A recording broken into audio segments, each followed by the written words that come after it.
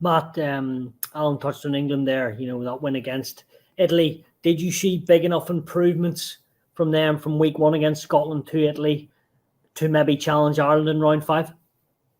Mate, the smallest book in the world is the English attacking playbook. It's got kick and maul written in it. That's it. It's 1 page, 2 words. Mate, the refereeing in that game was very, very poor. Mario Tojo was offside. At one point, I wrote it down, 23-minute mark, there was about 5 phases in a row the whole English defensive line was offside, at least a step in front of the last hind foot. And that's when they were hitting the first Italian ball receiver, just constantly hitting him. And they were offside, and they were never penalised. Mate, at scrum time, with the new laws, the break foot laws, the hooker's got to have a front foot forward. All the props on both English props, had their feet so far back, so that the hooker's holding them up with his foot forward, that when he releases, they launch into the engagement. They're almost it's like going back to the 1980s of the diving engagement.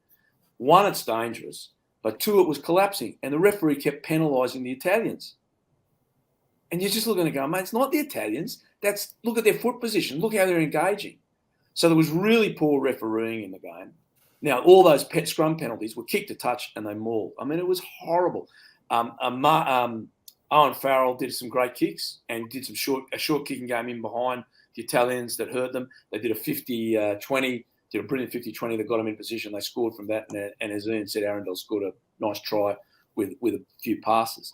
But wow, services to insomnia. It was horrific. And I can't see them. There's nothing in what I'm seeing there to say they're going to change. They are going back to their real basic roots of scrum, line out, maul, kick. And we'll defend with our as close to offside as we can. And to their credit, they did it really well. But it's just an awful way to play the game. We watched this beautiful, glorious game on Saturday, and then to be forced to watch what we had to do at Sunday was on everything, on refereeing. It takes a good referee to get a good game. Now, Barnes got a lot of criticism that I thought was unjustified. I think the system let Barnes down, but he produced a good game. The game on Sunday was just whistle, whistle, whistle, reset, reset, reset, penalty, penalty.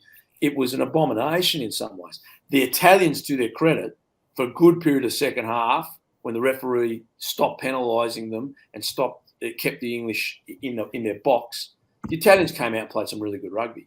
And they look, as Alan said, like a lot more comfortable with the ball in hand, a lot more coordinated as a collective in attack, and did some really good things, nice tries, and threatened for some other tries. But as far as England goes, mate, if they turn up at the Aviva playing like that, they'll get their bum smacked well and truly. They have got a long, long way to improve. They need this Welsh game. If the Welsh players strike, it will really damage England. They need games to get going, because right now they're not in first gear, they're in neutral. Matt, or Ian, sorry, what do you make of Matt's comments there?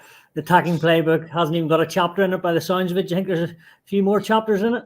Yeah, well, I mean, I've called 2 of the games, and obviously Borthwick went with Marcus Smith, Farrell Axis for the first game. He then went to Farrell and Ollie Lawrence as the next combination. So I think he'll probably stick with that, to be honest. But yeah, it hasn't been pretty, and I think going forward, England they need to find something else because I don't think it's going to be enough against the bigger teams. Simply trying to outmaul a team like that. I mean, there's only really South Africa that maybe can do it, but they're, they have a couple of extra strings to their bow and attack as well at times, whereas England really do. They just look flat. They look bereft of ideas and even small little things. I was even watching the warm-up, before the Italy game, and they were going through a few attack structures and they were getting things wrong, even from an organizational standpoint, which I'm sure will, hugely frustrate the coaching staff. So, and I can't imagine it's too complex because it doesn't look it. So I think just going forward from an England standpoint, yeah, they have to play this Welsh game. Like, you need momentum. They need to cling on to something. It's probably the game that they would have wanted the most. You know, if you're to pick any team to play now at the moment, definitely it would be Wales. But geez, they need to up their level big time whenever it comes to that last weekend against Ireland.